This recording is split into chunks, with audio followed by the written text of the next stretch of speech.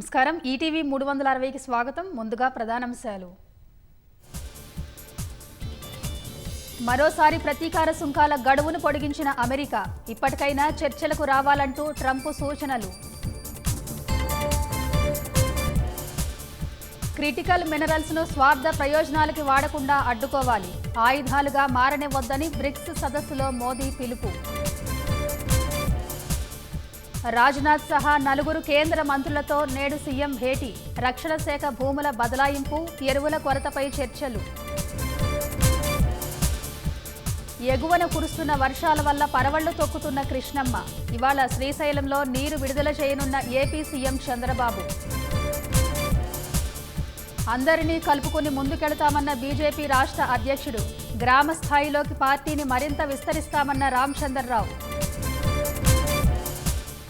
గుంతలు, మురుగుకి ఆవాసాలుగా హైదరాబాద్ రహదారులు. అభివృద్ధి పేరుతో ఇష్టారీతిన తవ్వడంతో జనానికి తప్పని కష్టాలు. అమెరికాలో హైదరాబాద్కు చెందిన కుటుంబం సజీవ దహనం. మినీ ట్రక్ ఢీకొని కారులో మంటలు, 4 మృతి. అమెరికా టెక్సాస్లో వరద బీభత్సంలో 104కి చేరిన మృతులు. 28 మంది చిన్నారులు చనిపోయినట్లు అధికారుల వెల్లడి.